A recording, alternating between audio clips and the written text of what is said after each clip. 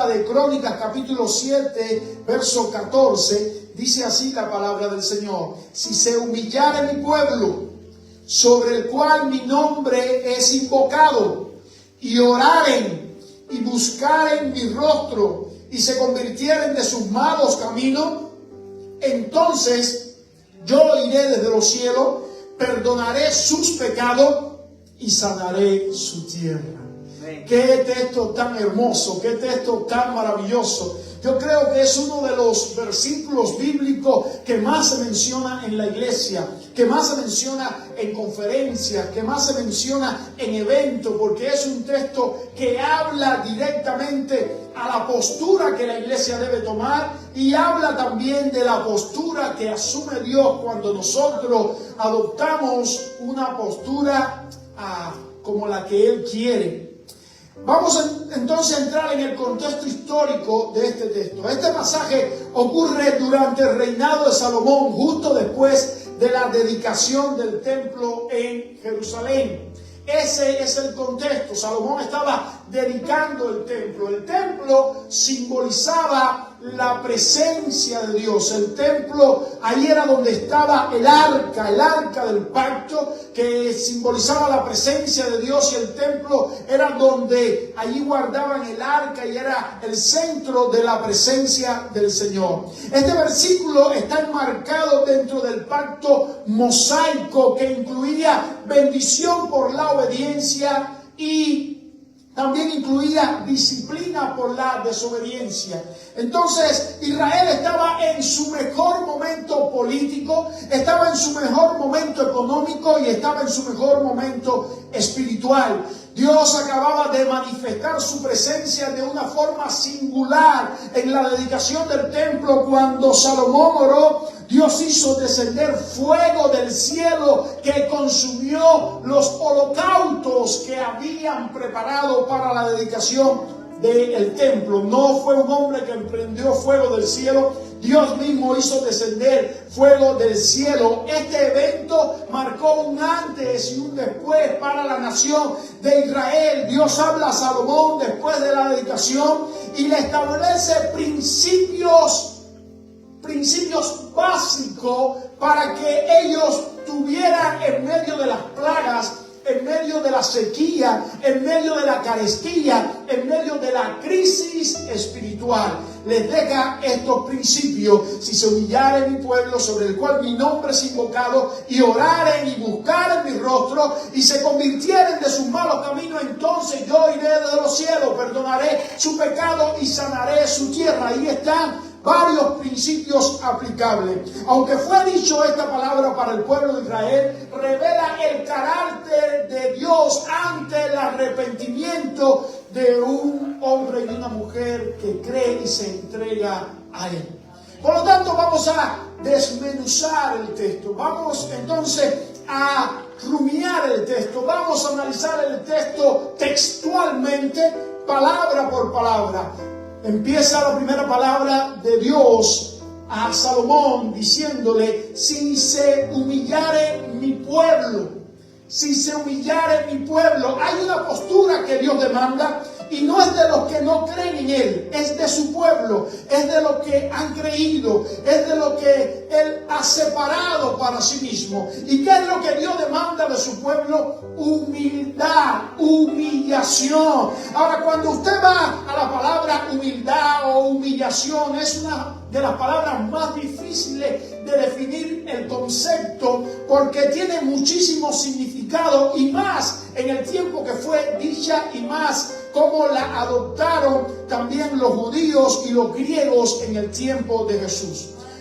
Por ejemplo, esta palabra, su significado quería decir en esos tiempos alguien despreciable, alguien que no tenía una buena actitud, alguien pobre, alguien menospreciado. Pero cuando llega Jesús a la escena, redefine el significado de la palabra humildad, dando a entender que una postura humilde de corazón es la que Dios aprueba de una manera singular. En Lucas capítulo 18, verso 14, la humildad del publicano lo coloca en una posición correcta antes que que la del fariseo. En Mateo 18, 4 y 5, el Señor dice que la humildad de un niño es la que sus discípulos deben imitar. En el Sermón del Monte dice que hay bienaventuranza para aquellos que son humildes de corazón. El Señor entonces establece que Dios mira de lejos a los altivos, pero a los humildes mira de cerca. Entonces, en sí, la palabra humildad, tapinofrume, que se deriva de la palabra tapinó, viene a significar lo siguiente: sumisión, rendimiento, rebajarse o subordinarse voluntariamente, dependencia total, renuncia al orgullo y a la autosuficiencia y a la dureza del corazón. Entonces el Señor está diciendo, si mi pueblo se humilla, el Señor está diciendo en otra palabra, si mi pueblo renuncia a su orgullo, renuncia a su autosuficiencia, renuncia a la dureza de su corazón y depende totalmente de mí y me entrega su vida en sus manos y me entrega el control de su vida en mis manos, entonces yo voy a hacer cosas con ellos.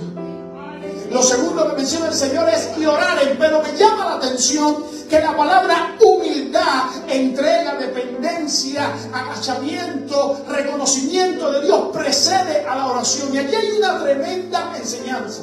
Muchas veces oramos y oramos y oramos. Ahora mismo hemos terminado 31 días continuos de ayuno y oración. Ayuno en la mañana y oración en la tarde. 31 días, desde el día primero hasta ayer que fue 31 de enero, hemos estado orando. Pero debemos entender algo. La mucha oración no mueve la mano de Dios si no tenemos una actitud de humildad interna en el corazón. Dios primero nos mira como un rayo láser interno en el corazón y ve si lo que nosotros estamos orando tiene una sinfonía con lo que sentimos en el corazón.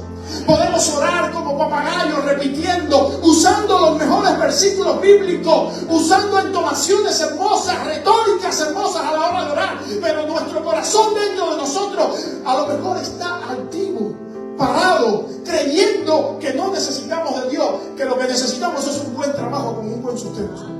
Creyendo que no necesitamos de Dios, que lo que necesitamos es que nuestra familia esté junta. Que no necesitamos de Dios, que lo que necesitamos es salud para poder seguir adelante. Si oramos así, el Señor no nos escucha. Necesitamos una posición de corazón humilde, dependiente de Dios. Porque déjame decirte, hermano, si tienes salud es porque Dios te la ha dado.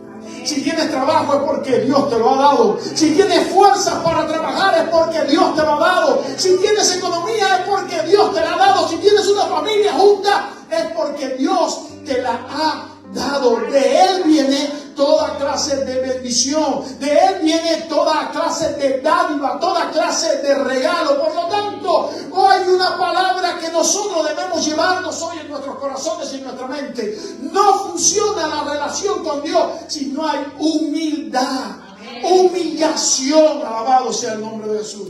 Porque Dios, la palabra lo repite una y otra vez, mira de lejos al altivo, pero al humilde Él no puede despreciar. Me gusta mucho, ustedes me han oído mencionar este versículo.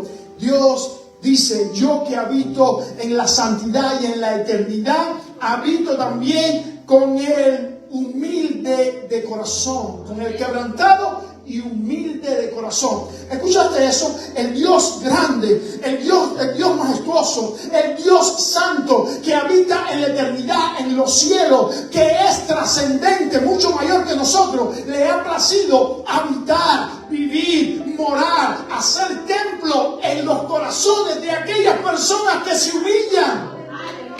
Aquellas personas que dicen, no soy yo, eres tú, Señor. Aquellas personas que dan reconocimiento constantemente a nuestro Señor. Nos conviene humillarnos. Me gusta que las costumbres bíblicas o los principios bíblicos van en completa oposición a las costumbres o principios de este mundo. Para este mundo, el mejor es el altivo, el orgulloso, el que más sabe, el que no depende de nadie. Pero para el Señor, el mejor o el mayor es aquel que se humilla, que se agacha, que espera por el Señor, que dice, dependo totalmente de ti. Lo segundo que el Señor menciona es y oraren. Y oraren. Necesitamos orar. Una iglesia sin oración es una iglesia que no avanza. Es una iglesia que no camina, es una iglesia que no prospera. Estoy muy contento porque hay un grupo como de 15 o 16 personas que han captado la idea de la oración y se han conectado por 31 días diariamente con nosotros para orar. Algunos desde su trabajo manejando, otros desde sus quehaceres en la casa, otros desde sus aposentos, pero conectados en un mismo sentir. La iglesia necesita orar. Orar es hablar con Dios, no es repetir palabras como papagayos, no, es hablar con Dios, es comunicarnos con Dios. Orar es el medio más íntimo de tener relación con Dios, tener comunión con Dios. Hoy la iglesia no ora en sentido genérico, no estoy hablando de esta iglesia, en sentido genérico la iglesia no ora. La iglesia se ha acostumbrado a llegar el domingo a la casa del Señor bien vestido para que oír música o para que alguien les predique, pero la iglesia no viene a los cultos de oración. La mayoría de las congregaciones locales han suspendido sus cultos de oración sencillamente porque los miembros no van a la casa del Señor a orar, prefieren ir el domingo a festejar, a darle gloria al Señor, alabanza al Señor, pero no quieren ir un día entre semana a orar, no quieren ayunar, no quieren vigilar. Se ha perdido la costumbre de la oración. La Biblia, cuando la abro, me habla de oración persistente. Daniel estuvo por más de 10 días, por eso el ángel le dijo: desde que oraste Dios te escuchó, pero tu persistencia es la clave, porque he venido para batallar contra el príncipe de Persia y ayudar al ángel que Dios envió en primera ocasión. La Biblia me habla de oración con ruego. No es solamente orar, decir palabras, es que el alma se quebrante, es que el alma vaya delante de la presencia del Señor y tenga una petición con dolor, con clamor. Por eso la Biblia dice: sean vuestras peticiones, por nada estén ansiosos o afanosos, sean vuestras peticiones conocidas delante del Señor con toda oración. Y dice después: y ruego en el Espíritu. Oh, hermano, tenemos que aprender a orar en el Espíritu, a clamar en el Espíritu. Tenemos que escuchar la voz de nuestro espíritu que se conecta con el Espíritu de Dios, y necesitamos aprender a rogarle al Señor. Me gusta mucho la ilustración de los niños. Cuando los niños quieren un juguete, cuando quieren ir a algún lado, o los niños le piden a su padre con intensidad y el padre les explica: ahora no puedo, ahora estoy cansado, mire, está lloviendo, no es el momento, vamos mañana. Y los niños ruegan: papi, por favor, y lloran: papi, por favor, ahora lo quiero, dámelo ahora. Eso es un ejemplo de cómo tú y yo tenemos que ir delante del trono de la gracia. Y muchas veces le concedemos la petición de nuestros hijos porque nos tienen locos. Déjame decirte que Jesús usó el mismo ejemplo con la viuda y el juez injusto. Por la persistencia del juez injusto le dio lo que quería la viuda, y Jesús toma la analogía y le dice: cuánto más vuestro Padre Celestial nos dará a ustedes todas las cosas que ustedes le pidan. Amados hermanos, aprende a orar con ruego. Muchas veces oramos sin fe. ¿Sabes cuál es la oración sin fe? No es que cuando tú mencionas palabras haya un medidor de fe que Dios esté mirando. No, Dios mide la fe por la intensidad de tu oración. Si tú dejas de orar el primer día que empezaste a orar, o la semana que empezaste a orar, ahí tu fe te falta. Pero si tú sigues orando, sigues clamando, dice: Dios me lo va a dar, ahí tu fe está firme como una roca, y Dios sabe que aunque se demore en contestar, tú vas a seguir clamando, vas a seguir intercediendo, y allí Dios se va a revelar a tu vida de una manera especial. La iglesia necesita aprender a orar con ruego. Oración, la Biblia me habla de oración con dolores de parto. Las mujeres entienden eso mejor que los hombres. No hay nada peor para un ser humano, en este caso para una mujer, que los dolores de parto. Bueno, la Biblia habla de oraciones agonizando con dolores de parto. Hay oraciones que duelen en el alma, duelen en el espíritu, pero nosotros tenemos que aprender a orar de esa manera. La oración habla de oración con súplica. La oración habla de oración, la Biblia, habla de oración en el Espíritu, que aprendamos a orar en el Espíritu Santo de Dios. Efesios 6:18 nos dice que debemos orar constantemente en el Espíritu, con E mayúscula, el Espíritu Santo del Señor, que nos guía a la oración. La oración no es religiosa, Si no es sincera la oración, conlleva confesión, intercesión, clamor. En Hechos 1:14 dice, todos estos perseveraban, los cristianos de la iglesia primitiva, perseveraban unánimes en oración. Necesitamos orar, necesitamos clamar. La crisis no se resuelve solo con estrategias humanas, sino con comunión con Dios. ¿Escuchaste eso? La crisis no se resuelve con estrategias humanas. No es que tú vengas a ver al pastor y el pastor te dé una estrategia humana y tú la hagas. No, la crisis se resuelve con oración delante de la presencia del Señor. Sí, es válido el consejo bíblico, la guianza bíblica, la palabra de ciencia y de sabiduría, pero necesitamos orar, clamar al Señor. Hablamos mucho de oración, pero oramos poco. Necesitamos orar mucho más. 3. El Señor le dice a Salomón en esa gran revelación, y buscaren mi rostro, si mi pueblo se humillare, actitud del corazón, y oraren, expresión externa, y ahora dice, y buscaren mi rostro. Puedes ver que hay una diferencia entre orar y buscar el rostro del Señor. Buscar el rostro del Señor es una actitud mucho más íntima. Buscar el rostro del Señor es ir aún más profundo de lo que muchas veces las oraciones nos llevan. Buscar el rostro del Señor implica buscar su presencia, buscar su voluntad y buscar su dirección. Buscar el rostro del Señor implica encontrarse con el mismo Dios en medio de la oración. Encontrarse con el Dios sobrenatural, tener un deleite especial con Él. El salmista decía en el Salmo 37, verso 4, deleítate alma mía en Jehová y no olvides ninguno de sus beneficios. El salmista entendía que lo mejor era encontrarse con Dios. Moisés decía, Señor, muéstrame tu gloria. Quiero ver tu rostro, quiero disfrutar de tus atributos. Y Dios le decía, Moisés, no me ha visto hombre y ha vivido, yo quiero ver tu presencia. No solamente que perdones al pueblo, no solamente que envíes tu presencia para que me lleve a conquistar la tierra de Canaán, es que tú me muestres tu gloria. Dios ama a aquellos que quieren ver su gloria. Dios ama a aquellos inconformes que no se conforman con un simple culto el domingo o con un simple culto de oración. Dios ama a aquellos que quieren más de Él, que en la intimidad y en el aislamiento le dicen, muéstrate, Señor, a mí, yo quiero más de ti. Que conocen a Dios, que Dios no es un Dios que se esconde, que Dios no es un Dios que se oculta, Dios es un Dios que se manifiesta, Dios es un Dios que se aparece, Dios es un Dios que quiere tener relación con su pueblo, Dios es un Dios que quiere mostrarse. Alabado sea el nombre del Señor.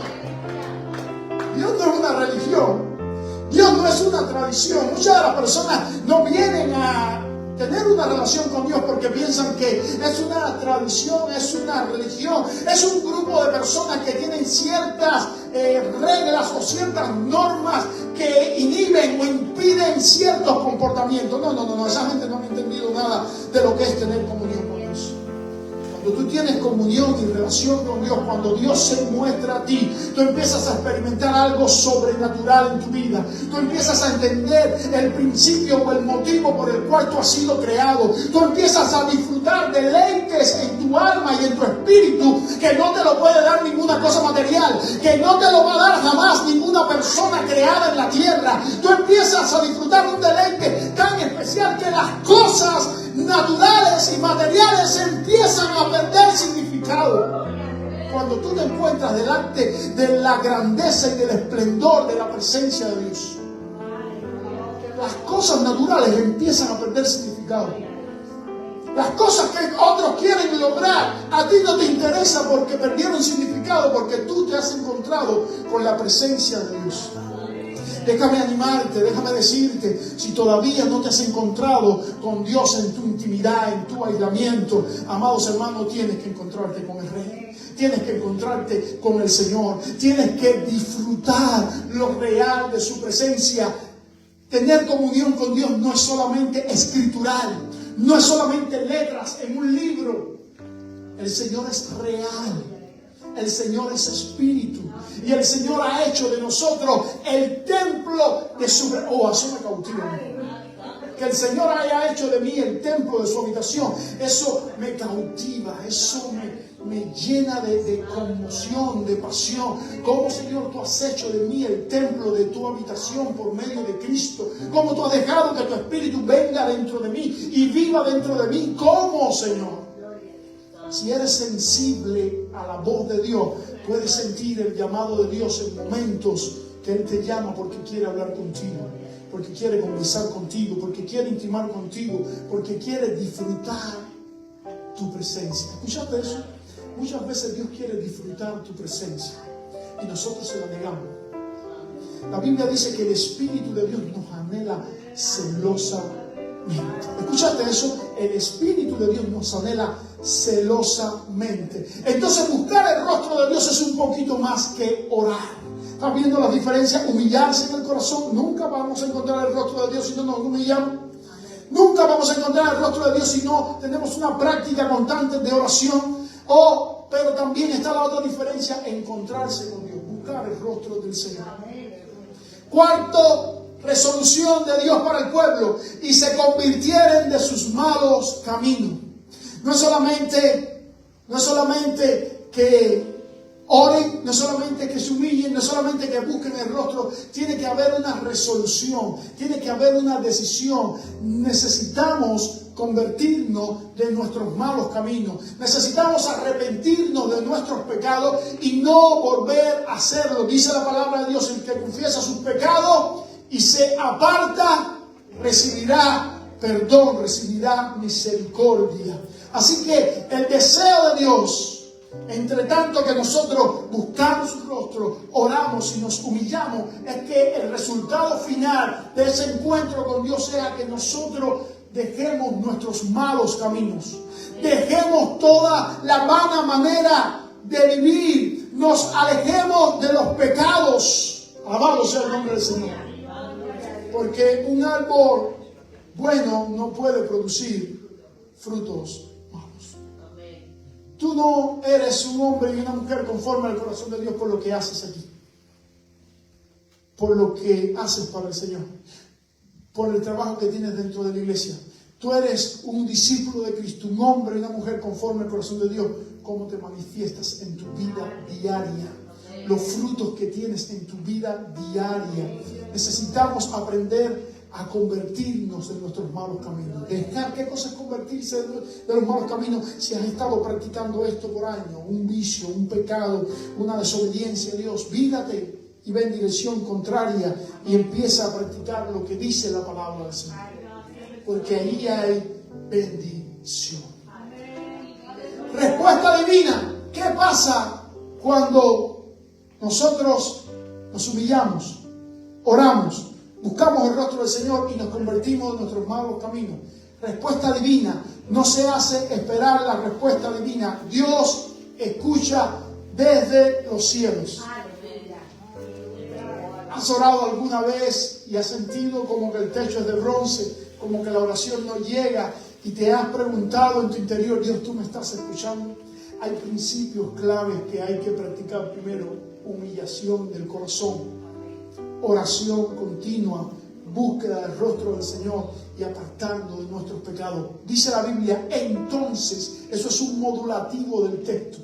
Eso condiciona el punto B al punto A. La palabra entonces me dice que lo segundo tiene dependencia de lo primero. Si yo no practico los 4 principios primero, entonces Dios no oye desde los cielos. Hay algunos que dicen: Dios escucha a todo el mundo. Déjame decirte, eso es una tremenda mentira del diablo.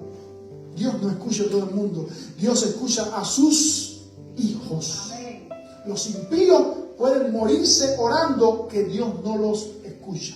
Dios escucha al que se humilla, Dios escucha al que practica la oración, Dios escucha al que busca su rostro, Dios escucha al que se convierte de sus malos caminos. Dice la Biblia, entonces, dice Dios, yo oiré desde los cielos. No hay mejor satisfacción que tener la certeza de que Dios nos escucha.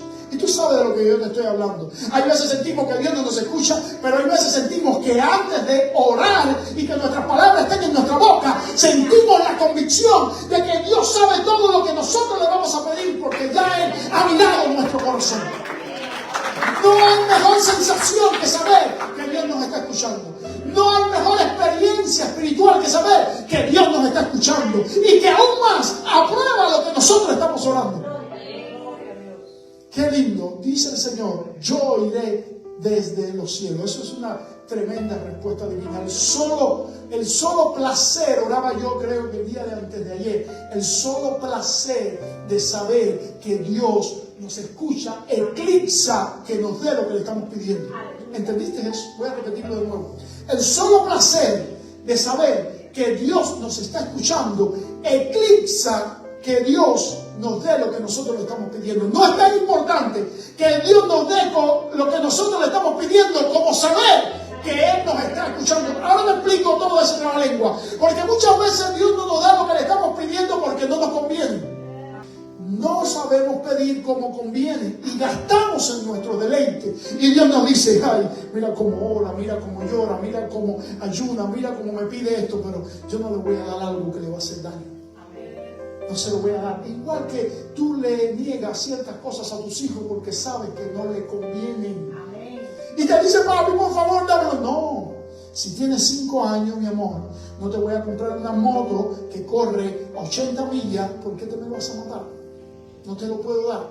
Y tú quieres y lo llevas. Mira, mejor es una carriola. Mira la carriola que te compré. ¡Qué bien! Y le llevas la atención a tu hijo de una moto que corre 60, 80 millas, que se puede matar porque él tiene solamente 5 años, a una carriola que él puede disfrutar. Así es Dios. Muchas veces le pedimos cosas y Dios nos dice, no te la puedo dar. No estás preparado todavía. No estás preparada todavía.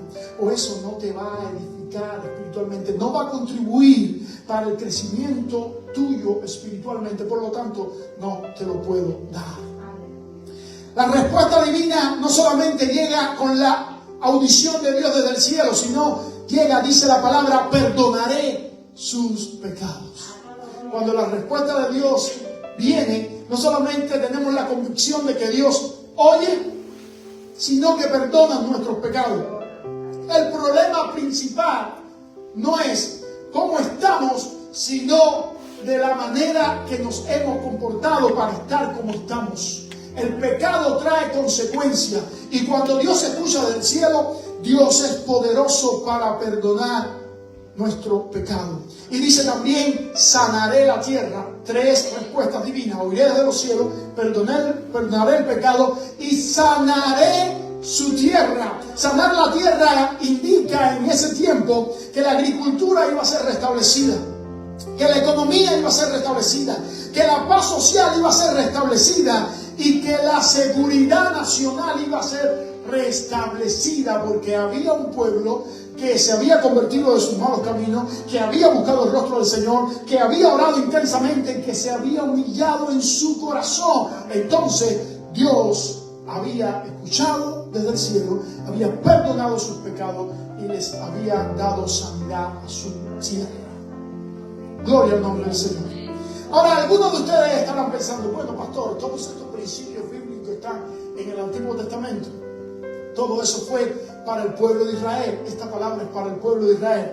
Ahora, pongámonos los lentes cristológicos en esta tarde. ¿Qué cosa es ponerse los lentes cristológicos? Ver este versículo por los lentes de Cristo. La Biblia dice que el Antiguo Testamento es sombra del Nuevo Testamento. Tiene una tipología constante de lo que va a pasar en el Nuevo Testamento. Recuerde que el punto principal en el texto que estamos hablando es el templo de Dios. Dios le había dado la declaración de principios a Salomón después de haber dedicado el templo. Les había dicho, si hacen esto en tiempos de crisis, de carestía, en tiempos de hambruna, yo oiré desde los cielos si ustedes practican estos principios. Ahora vamos a ver cómo en Cristo se cumplen todos estos principios al pie de la letra. El punto central es el templo. Ahora, en nuestros tiempos, el punto central es Cristo. Pastor, ¿cómo usted asocia de que Cristo y el templo tienen algo que ver? El templo en el Antiguo Testamento era el punto de conexión para encontrarse con Dios. Todos cuando oraban debían extender sus manos hacia el templo de Jerusalén. De ahí el gran conflicto entre judíos y samaritanos, porque los samaritanos creían que se debía de orar en el monte Gerizim. Los judíos creían por tradición que había que ir al templo a orar. Primero el tabernáculo, después en el tiempo de Salomón, el templo. Ahora en Cristo Jesús, Cristo viene a ser nuestro templo. El punto de comunión con Dios ya no es un templo. El punto de comunión para que tú te encuentres con Dios ya no es este edificio. Ahora es Cristo Jesús. Él es nuestro punto de contacto con Dios. La Biblia dice que Él es el verdadero Dios y el verdadero mediador entre Dios y los hombres. Y no solamente que Él es el punto de contacto para encontrarnos con Dios, sino que Él nos ha hecho a nosotros templos del Espíritu Santo. Y ahora el Espíritu no habita en un edificio, sino que habita en nuestros cuerpos. Por eso Pablo dice que nos santifiquemos, porque nuestro cuerpo es templo del Espíritu Santo. Apártense de la fornicación, porque su cuerpo es templo del Espíritu Santo. Cuando el Señor dice mi pueblo, está haciendo alusión a Israel. El pueblo de Dios en el Antiguo Testamento es Israel. Ahora, cuando Cristo vino, Cristo tomó otro pueblo para el Señor que trasciende la tierra de Israel. Ya Cristo no solamente llama al pueblo de Israel el pueblo de Dios, sino que ahora el pueblo de Dios son todos aquellos de todas las naciones, de toda raza, de toda lengua, de toda nación, que han aceptado a Jesús como su Señor y Salvador. Y Cristo ha constituido la iglesia como el pueblo de Dios. Entonces ahora esta palabra no solamente es para Israel, ahora esta palabra es para el pueblo de Dios, para la iglesia. Por lo tanto, si la iglesia se humilla, si la iglesia ora, si la iglesia busca el rostro del Señor, y si la iglesia se convierte en sus malos caminos, Dios escucha de los cielos, Dios perdona la tierra, Dios perdona nuestros pecados, y sana nuestra tierra. El texto dice, si se humillare mi pueblo. Cuando miramos el texto a una luz cristológica, el mejor ejemplo de humillación que tenemos es el de Cristo Jesús. Filipenses capítulo 2 dice, no estimó el ser igual a Dios como cosa que aferrarse, sino que se despojó a sí mismo, tomando forma de siervo y estando en la condición de hombre, se humilló a sí mismo. El mejor ejemplo de humillación ha sido nuestro Señor Jesús. Por eso Pablo nos dice a cada creyente, haya pues en vosotros el mismo sentir que hubo en Cristo Jesús. La Biblia nunca nos va a demandar algo que Cristo Jesús no hizo. ¿Escuchaste eso? La Biblia nunca nos va a demandar algo que Cristo Jesús no hizo. Él es el ejemplo supremo de humillación. Y oraren. La oración se hacía en el templo, mirando al templo, con las manos extendidas al templo. Ahora la oración la hacemos en el nombre de Jesús. Juan 14, 13 y 14. Pediréis al Padre en mi nombre, porque todo lo que pidieres al Padre en mi nombre lo haré, para que el Padre sea glorificado en el Hijo. Si algo pidieres en mi nombre, yo lo haré, dice Jesús. Ahora nuestra oración no es en un lugar o para un lugar. Ahora nuestra oración es en el nombre de Jesús. Y buscar en mi rostro. Ahora mirando este texto cristológicamente, en el Antiguo Testamento nadie pudo ver el rostro del Señor. Solamente Moisés, un ápice de sus espaldas, y su rostro resplandeció continuamente. Ahora en el Nuevo Testamento la Biblia me dice que Dios se ha mostrado completamente, ha mostrado su rostro en Cristo Jesús. ¿Dónde dice eso, pastor? Leamos Colosenses 1:15. Él es la imagen del Dios invisible, el primogénito de toda creación. Hebreos 1:3, el cual siendo el resplandor de su gloria y la misma imagen de su sustancia, y quien sustenta todas las cosas con su poder. Ese es Jesús. Segunda de Corintios 4:11, porque Dios que mandó que de las tinieblas resplandeciese la luz, es el que ha resplandecido en nuestros corazones para la iluminación del conocimiento de la gloria de Dios en la faz de Jesucristo. Cuando miras a Jesús, estás mirando el rostro de Dios. Juan 1:18, a Dios nadie le vio jamás. el unigénito Hijo que está en el seno del Padre, Él le ha dado a conocer. El rostro de nuestro Señor es Cristo Jesús. Él ha revelado de una forma completa al Padre. Por eso dice 2 Corintios capítulo 3 verso 18, todos mirando a cara descubierta como en un espejo la gloria del Señor. ¿Cuál es la gloria del Señor? Jesucristo. Somos transformados en una misma imagen como por el Espíritu del Señor. Convertirse de sus malos caminos. Esta palabra cristológicamente nos lleva a que mediante Cristo tú y yo podemos cambiar nuestra manera de proceder. En el Antiguo Testamento, convertirse de los malos caminos era una posición que se debía adoptar. En el Nuevo Testamento, convertirse de los malos caminos es el recibimiento de la gracia divina de Dios. Tú y yo nos podemos arrepentir, tú y yo nos podemos convertir de nuestros malos caminos porque hemos tenido una gracia, hemos tenido un regalo, hemos tenido una dádiva que es Cristo Jesús. Dice la palabra, entonces yo iré desde los cielos, perdonaré su pecado y sanaré la tierra. Dios nos escucha en el nombre de Jesús. Perdonaré su pecado. Dios nos perdona, no porque nosotros le pidamos perdón, sino porque Cristo fue nuestra ofrenda y por medio de Él nosotros somos perdonados. Y dice el Señor, yo sanaré su tierra. Ya este versículo no es solamente para la sanidad de la tierra de Israel. Dice la Biblia que por el pecado toda la tierra está en maldición y gime a una por su renovación. En Cristo Jesús toda la tierra, lengua, raza y nación ha sido redimida del pecado. Por tanto, mirando este texto a los ojos de la cristología, Cristo es el templo. Cristo ha constituido un pueblo fiel. Cristo es el perfecto ejemplo de la humildad. Cristo es el mediador único para llegar al Padre en oración. Cristo es el único que ha revelado el rostro de Dios. Cristo es el único que ha propiciado el arrepentimiento posible para con Dios. El perdón, Cristo lo ha consumado, ha traído perdón a nuestros corazones. Y Cristo es la sanidad final de toda la creación. Por lo tanto, amados hermanos, cerramos diciendo, hay principios espirituales que nos enseña este pasaje. La restauración empieza cuando el pueblo de Dios toma la actitud que debe tomar en humildad. La humildad precede al avivamiento. Nunca vas a ver la mano de Dios si antes no hay un corazón humilde. Nunca verás un Pentecostés si antes no hay un Calvario. Nunca verás a Dios manifestarse si no hay un yo muerto. No hay perdón sin arrepentimiento. Otro principio. Dios siempre responde cuando buscamos su rostro, cuando oramos, nos convertimos en nuestros malos caminos y nos humillamos.